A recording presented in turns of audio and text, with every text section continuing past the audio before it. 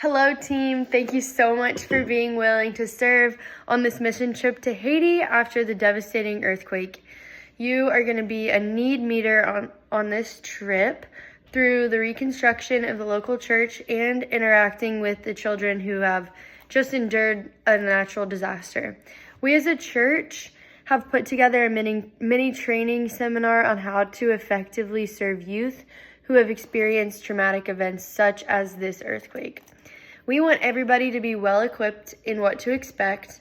According to Sarah Peterson's research in 2018, children who experience trauma in this way are likely to have trauma reactions to familiar sights, smells, and sounds that take them back to the terrifying incident. Reactions may include reactions of grief, anxiety, and increase in separation anxiety because of the separation that they may have experienced from their families, not knowing if they would see them again. During this mission trip, do not be surprised if children are standoffish or wary with you because of fear of being separated from their family again. According to Barbara Sorrell's research, one of the best ways to prepare ourselves is to have an understanding that these children are most likely struggling with the neurochemistry of fear. This could look like a child having a brain scan that shows the same amount of stress as an adult with PTSD. This came from research in a camp in Europe at a time in the early 1900s for children that have experienced traumatic events.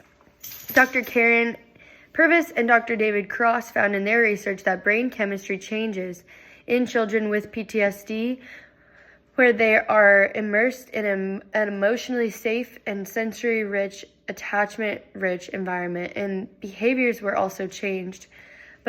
And because of Sorrell's research, we can be prepared to be encouraging, empathetic, warm, and supportive in these children's lives. Our presence is going to be a very important one on this mission trip, but we just want to go in carefully and informed, knowing how to best serve these children. Some behaviors to be aware of are the trauma reactions of fight, flight, and freeze. Children may react in an aggressive way, which is the fight response. This is typical for someone who has gone through something to this extent of trauma, but just be aware that this is not personal. Don't hold on to an offense against a child if they become aggressive. We just want to handle it with care. If a child is operating out of a state of terror, he or she may react violently. We will not be physically restraining any children unless you are professionally trained and certified to do a therapeutic hold. It will be best to remove other children from the situation, and we will move the child to a safe place with equipment we are bringing for the child to be able to even rage safely. Another trauma response is flight. This will look different between ages. Younger children may literally run away or cover their face. Other more adolescent and teen youth may be withdrawn or just feeling more alone or just kind of hide themselves in a crowd.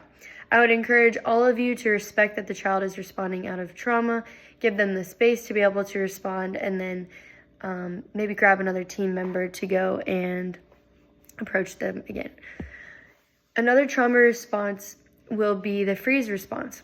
And this is when a child goes into a dissociated state, and this may look like zoning out, unresponsive, appearing to be lethargic, and how we respond to this state does matter.